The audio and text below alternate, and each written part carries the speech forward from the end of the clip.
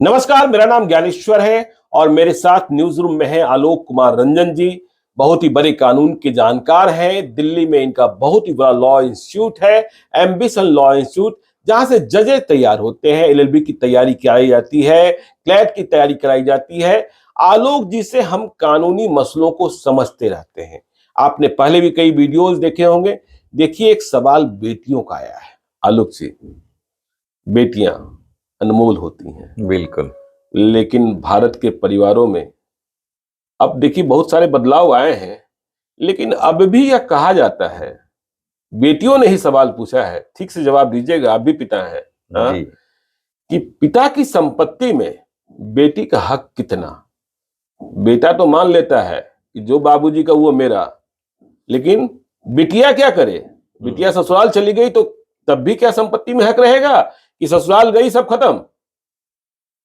देखिए, जहां तक डॉटर्स के राइट का सवाल है जी अब तो हम इस जमाने में रह रहे हैं जहां संविधान हमें समानता का अधिकार देता है। जी हम आर्टिकल 14, 15, 16 इन सब चीजों की व्याख्या करते हैं जिसमें सेक्स के आधार पर कोई डिस्क्रिमिनेशन नहीं किया जाना चाहिए, इसकी बात है। तो इसी क्रम में ना हमारे भारतीय विधि में भी जो हिंदू सक्सेशन एक्ट भी है, यदि हम हिंदुओं की बात करें, मैं आपको मुस्लिम विधि के बारे में भी थोड़ा बताऊंगा। जी तो हिंदू लॉ की यदि हम बात करें तो उसमें बेटियों को लगातार, महिलाओं को लगातार हम संपत्ति में अधिकार दे रहे हैं। जी ये प्रक्रिया 1937 से शुरू हुई जब उनको हमने रेस्ट्रिक्टेड राइट दिया। 1956 में सेक्शन 14 है हिंदू सक्सेशन एक्ट का, जो कहता है कि महिला के द्वारा जो भी संपत्ति पजेज की जा रही होगी, उसमें और भी बातें लिखी है, वो उसका एब्सोल्यूट ऑनर होगी वो महिला। अच्छा। तो ये सेक्शन 14 हिंदू सक्सेशन एक्ट 1956 में ही आ गया। अब धीरे धीरे ये चीजें आगे बढ़ती रही और अब आपको बताऊं कि हमारे वर्ष 2005 में हमने हिंदू सक्सेशन एक्ट में एक बड़ा बदलाव लाया और उस बदलाव में सितंबर महीने में जाकर के ये बदलाव हुआ था।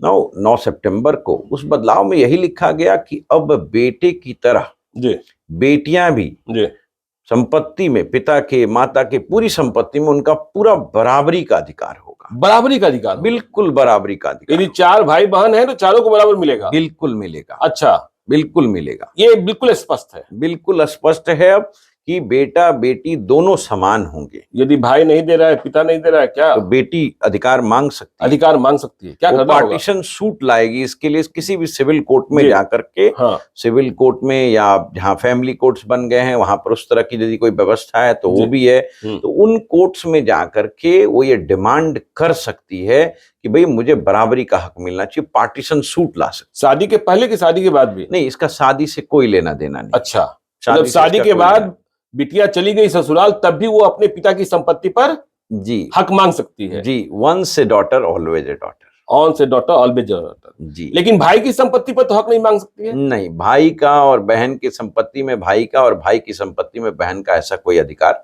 नहीं बनता, रूप में नहीं है। चलिए, ये संपत्ति जो है पिताजी ने नहीं, दादाजी ने अर्जित की है, ग्रैंडफादर ने। जी। तो जो दादा की अर्जित की हुई संपत्ति है, क्या उसमें भी पोती को हिस्सा मिलेगा? आपने बहुत अच्छा सवाल पूछा। जी। देखिए, संपत्ति संदर्भ में 2 प्रकार की होती है। जैसे मैं पिता हूं, आप पिता हैं, तो आप समझ लें कि आपके एक पिताजी संपत्ति देके गए जो कि आपके बच्चों के लिए दादाजी की संपत्ति होगी, और एक आपके द्वारा स्वयं अर्जित की हुई संपत्ति, इसको हम लोग सेल्फ एक्वायर्ड प्रॉपर्टी कहते हैं। दादाजी द्वारा अर्जित एंसेस्ट्रल प्रॉपर्टी। तो एंसेस्ट्रल प्रॉपर्टी में तो परिवार के लोगों को हिस्सा मिलेगा ही मिलेगा, यानी बेटा हो बेटी हो दोनों को बराबर का हक मिलेगा। पत्नी को भी हक मिलता है, आपको पता ही होगा। अब जहां तक सेल्फ एक्वायर्ड प्रॉपर्टी का सवाल है, तो सेल्फ एक्वायर्ड प्रॉपर्टी में जो पिता है या माता है, चूंकि संपत्ति उसने स्वयं अर्जित की है, तो यदि वो चाहे तो अपनी प्रॉपर्टी को सेल कर सकते हैं, किसी को गिफ्ट कर सकते हैं, विल कर सकते हैं, अपने एक बच्चे को भी कर सकते हैं, कोई मनाही नहीं है। लेकिन मान लीजिए कि उनकी मृत्यु हो गई और ये सेल्फ एक्वायर्ड प्रॉपर्टी रह गई, जैसे आपने कोई मकान खरीदा है और वो मकान रह गया, आपकी मृत्यु हो जाती है, तो उस मृत्यु हो जाने के बाद जो आपका वो मकान है, अब वो भी पैतृक संपत्ति में आएगा। अब उसका भी बंटवारा उसी प्रकार से होगा जैसे एंसेस्ट्रल प्रॉपर्टी का होता है। तो उस सेल्फ एक्वायर्ड प्रॉपर्टी में भी सभी बच्चों को बराबर का अधिकार मिलेगा, चाहे वो बेटा हो चाहे वो बेटी हो। नहीं आलोक जी, मैं और समझना चाहता हूँ। जी। बेटियों की बात हो रही है, बेटियों जी। का ही सवाल है। जी पिताजी ने संपत्ति खरीदी, माताजी ने संपत्ति खरीदी, जी और पिताजी ने जीते जी सारी संपत्ति बेटों को गिफ्ट कर दी। जी। बेटियों का हक तो खत्म हो गया। यदि सेल्फ एक्वायर्ड प्रॉपर्टी है तो कर सकते हैं। जी हाँ। अच्छा, इसमें कोई रोक टोक नहीं है। नहीं। लेकिन वो दादाजी की संपत्ति है तो नहीं कर सकते। नहीं कर सकते हैं। ठीक है जी। चलिए, तो अब दूसरा सवाल कि पिताजी चले गए, संपत्ति है, भाई नहीं दे रहा है जी। क्या सरल प्रक्रिया है? भाई उसे रजिस्ट्री भी कर रहा है, बेच भी रहा है, क्या प्रक्रिया है जिससे बहनों को हक मिल जाए, बेटियों को तो हक मिल वो जाए? ऑब्जेक्शन लगा सकती है। हाँ, कहाँ ऑब्जेक्शन पार्टीशन, ये सिविल कोर्ट का मामला होगा। अच्छा। ये चूंकि संपत्ति से संबंधित है तो सिविल, क्रिमिनल तो ये है नहीं, ये सिविल मामला है।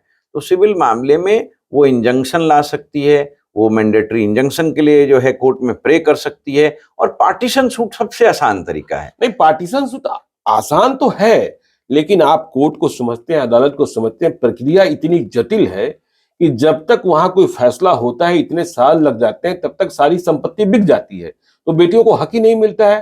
तो नहीं, हाँ देखिए संपत्ति बिक भी जाएगी तो यदि मालिकाना हक उसमें मेरा था और संपत्ति आपने बेच दी है तो क्या आप दूसरे व्यक्ति को बेहतर अधिकार दे पाएंगे? नहीं दे पाएंगे। तो जो संपत्ति खरीदेगा वो भी परेशान होगा और जो बेचेगा वो भी परेशान होगा। क्योंकि यदि अधिकार मेरा था, संपत्ति में मेरा ऑनरशिप था, भले ही 25% का था, 4 भाई बहन थे, तो 25% तो मेरा हिस्सा था, आप कैसे बेच देंगे? यदि आपने बेच दिया है तो प्रॉपर्टी आपको वापस करनी पड़ेगी या पैसे वापस करने पड़ेंगे। पैसे वापस करने? जी हाँ, बिल्कुल। चलिए, ये तो हो गई इमूवेबल प्रॉपर्टी के बारे में, जमीन जायदाद के बारे में। पिताजी चले गए, माताजी चली गई, उनके बैंक अकाउंट में 40 लाख रुपए जमा थे, उन्होंने 20 लाख रुपए की एफडी करा रखी थी। इसका हकदार सिर्फ बेटा होगा कि बेटियों को भी मिलेगा? नहीं, इसमें भी सबको हक मिलेगा। अच्छा, तो फिर ये जो संपत्ति है हमारी, उसमें दोनों प्रकार की संपत्ति आती है, मूवेबल और इमूवेबल। लेकिन पिताजी किसी को नॉमिनी बना के चले गए, तब क्या होगा? पिताजी नॉमिनी बना के चले गए तब तो आपके पास कोई वैसा अधिकार नहीं, कोई अधिकार नहीं रहेगा। हाँ, नॉमिनी बना के चले गए तो जैसे गिफ्ट वाले में अधिकार नहीं है, तो अब ये स्पष्ट है कि बेटियों का हक जो है वो बराबरी से है। बिल्कुल। लेकिन अब देखिए सवाल वहां भी पैदा होता है कि अपने जो भारतीय हिंदू परिवार हैं वहां करता। बिल्कुल बिल्कुल, हाँ बिल्कुल, आपने सही अच्छा सवाल पूछा। तो वहां कहाँ मसला फंसता है और उसका समाधान क्या है? जी, जनरली हमारे लॉ में पहले मेल ही कर्ता होते थे, यानी जो हमारे यहाँ पुरुष होते थे उन्हीं को हम लोग कर्ता नियुक्त करते थे। कर्ता जनरली वो होता है जो परिवार का सबसे सीनियर सदस्य होता है, तो जनरली इसमें मेल होते थे। लेकिन अब लॉ में जो आपको मैंने अभी कहा कि सितंबर 9, 2005 से विधि में परिवर्तन किया गया, उसमें जब से बेटियों को बेटे के बराबर बना दिया गया, तो जैसे पहले बेटे कर्ता बन सकते थे, अब बेटियां भी कर्ता बन सकती, पत्नी नहीं। आपके परिवार में आपकी बेटी कर्ता बनेगी, आपकी पत्नी नहीं बनेगी। अच्छा, आपकी पत्नी अपने पिता के परिवार में कर्ता बन सकती है और आपकी पत्नी का बेटी के रूप में अपने पिता की संपत्ति में अधिकार होगा। जी, मतलब 4 भाई बहनें हैं और बहनें बड़ी हैं, तो परिवार को लीड करने का अधिकार जो है वो बहन को ही प्राप्त होगा। जी, मतलब अब तो नियम यही है ना? बिल्कुल बिल्कुल बिल्कुल। तो मुझे लगता है कि यह वीडियो सुनकर आलोक कुमार रंजन जी ने जो बातें बताई हैं, बेटियां और बहनें खुश हो जाएंगी। उन्होंने सवाल पूछा था, तो ऐसे ही सवालों को लेकर हम आते रहते हैं और आपके सवाल हम जवाब दिलाते हैं जो कानून के जानकार हैं। तो देखते रहिए। यदि अब तक आपने हमारे YouTube चैनल को सब्सक्राइब नहीं किया है तो जरूर कर लीजिएगा, और यदि इस वीडियो को फेसबुक पेज के माध्यम से देख रहे हैं तो पेज को लाइक कीजिएगा, ट्विटर पर भी हमें फॉलो कीजिए। धन्यवाद।